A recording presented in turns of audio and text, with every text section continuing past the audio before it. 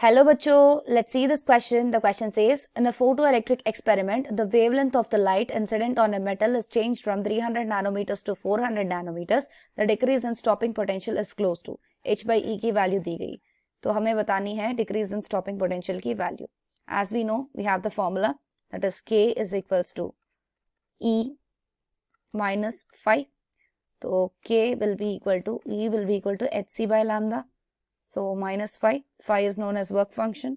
तो यहाँ से k will be equal to e v naught. So यहाँ पर v naught होगी stopping potential. तो हम लिख सकते हैं e v naught will be equal to hc by lambda minus phi.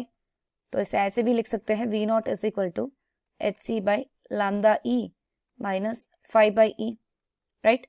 तो यहाँ पर हमें v1 की और v2 की वैल्यू फाइंड करनी होगी.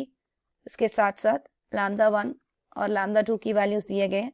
That will be equal to 300 nanometres and 400 nanometres. So h by e की वैल्यू भी दी गई, दैट इज 1240 नैनोमीटर वोल्ट. तो यहाँ पर हम v1 और v2 की वैल्यूज देख लेते हैं.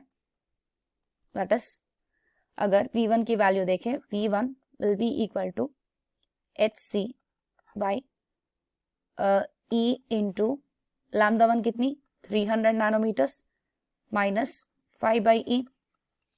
v2 will be equal to hc by e into 400 minus phi by e होगी, right? तो हमें चाहिए थी डिक्रीज इन स्टॉपिंग पोटेंशियल की.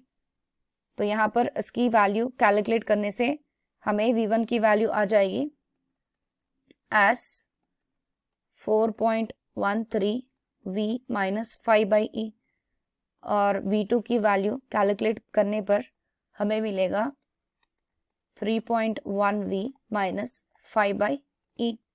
तो हमें चाहिए थी delta v, that is v1 minus v2. तो यहाँ पर v1 की और v2 की वैल्यूज लिख लेते हैं. That is 4.13 v minus phi by e minus 3.1 v minus phi by e. तो phi by e कट जाएगा यहाँ से. 4.13 minus 3.1 v will be, that is delta v की वैल्यू आ जाएगी 1.03 वोल्ट. सो हमारी आंसर 1.03 वोल्ट, और we can say 1.0 volt. So option C is the correct answer. I hope you understand it well. All the best.